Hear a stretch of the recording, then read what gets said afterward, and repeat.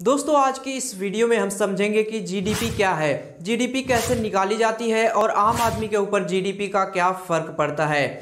GNP क्या है, NNP क्या है और एनडीपी क्या है। तो जानने के लिए ये सब चीज़ें बने रहिए हमारे साथ वीडियो के एकदम अंत तक। नमस्कार दोस्तों, मेरा नाम है अभिषेक यादव और स्वागत है आपका मेरे यूट्यूब चैनल पीपल टीवी पर।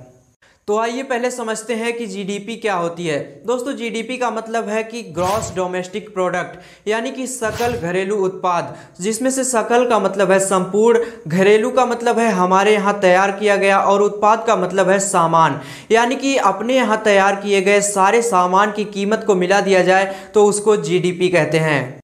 जीडीपी को काउंट करके किसी देश की आर्थिक स्थिति का पता लगाया जाता है। अगर किसी देश की जीडीपी ऊपर जा रही है इसका मतलब उस देश की आर्थिक स्थिति में सुधार हो रहा है, और अगर जीडीपी नीचे जा रही है इसका मतलब उस देश की आर्थिक स्थिति बिगड़ रही है।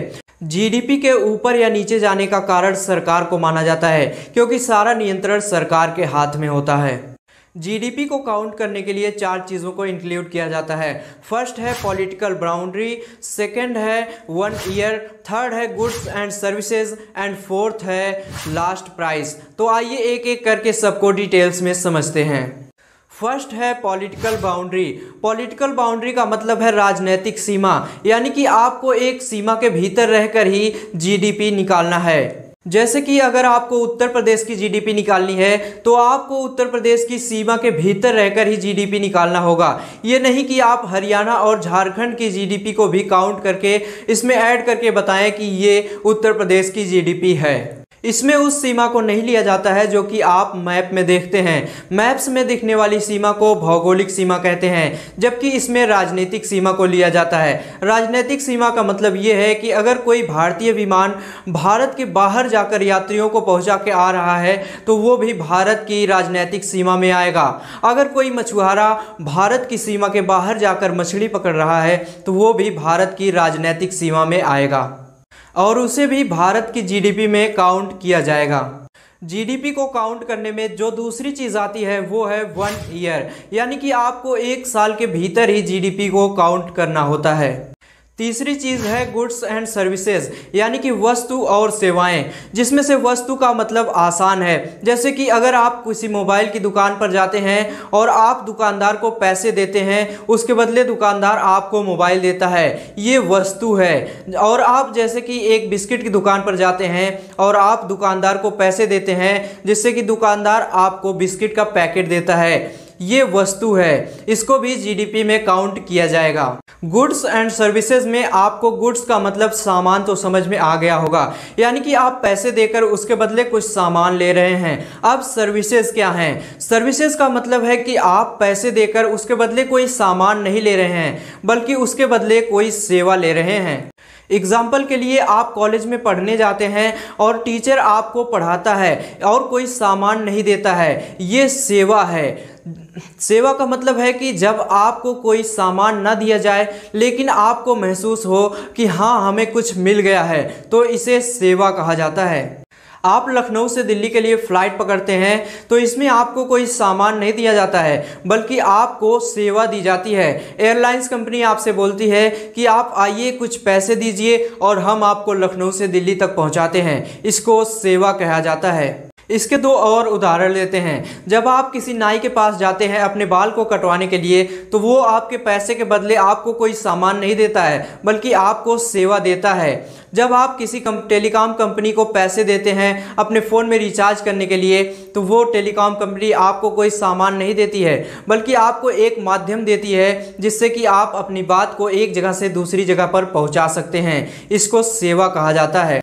जीडीपी को काउंट करने की तीन चीज़ों को आप समझ चुके हैं। आइए अब समझते हैं चौथी चीज़ को, जो कि है लास्ट प्राइस, यानी कि अंतिम मूल्य। अंतिम मूल्य का मतलब है कि जो फाइनल प्रोडक्ट बनता है उसके प्राइस को अंतिम मूल्य कहते हैं और इसको जीडीपी में काउंट किया जाता है। आइए अब हम इसको एक उदाहरण से समझते हैं। अगर कोई कंपनी मोबाइल बना रही है तो मोबाइल में लगा हुआ होता है प्रोसेसर, मोबाइल में लगी हुई होती है बैटरी, लेकिन हम इन चीज़ों के प्राइस को जीडीपी में काउंट नहीं करेंगे क्योंकि ये फाइनल प्रोडक्ट नहीं है। अगर इनको हम जीडीपी में काउंट करेंगे तो इनका प्राइस 2 बार जीडीपी में काउंट हो जाएगा।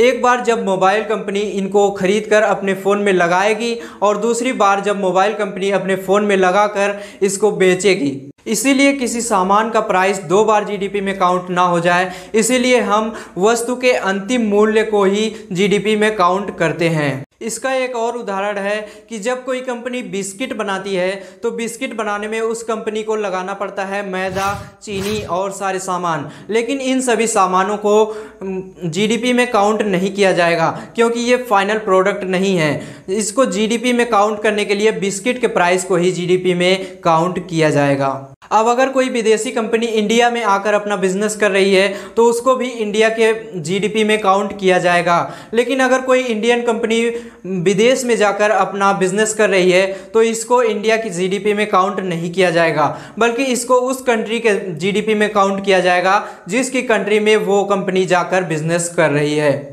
अब आपको जीडीपी समझ में आ गया होगा, तो आइए अब जानते हैं कि जीएनपी क्या होता है।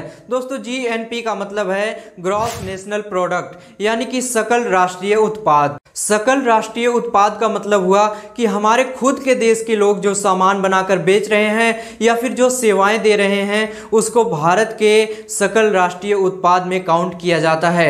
अगर कोई भारतीय कंपनी विदेश में जाकर अपना सामान बेच रही है या फिर कोई सेवा दे रही है तो उसको भी भारत के सकल राष्ट्रीय उत्पाद में काउंट किया जाएगा।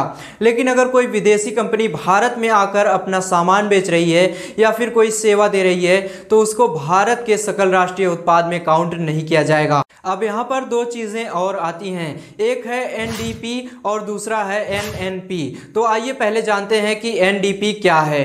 एनडीपी का मतलब है नेट डोमेस्टिक प्रोडक्ट, यानी कि अगर मान लीजिए भारत में 100 रुपये का सामान बना है जिसमें कि भारतीय और विदेशी कंपनियों ने मिलकर बनाया हुआ है, अगर उसमें किसी प्रकार का कोई नुकसान हो जाता है और वो सामान सिर्फ 80 रुपये का बिक पाता है तो इसे नेट डोमेस्टिक प्रोडक्ट कहा जाता है। वैसे ही एनएनपी भी है। एनएनपी का मतलब है नेट नेशनल प्रोडक्ट, यानी कि कुल भारतीय कंपनियों के बनाए हुए सामान में से अगर उसके नुकसान वाले प्राइस को निकाल दिया जाए और उसके सेलिंग प्राइस को इंक्लूड किया जाए तो उसको नेट नेशनल प्रोडक्ट कहते हैं।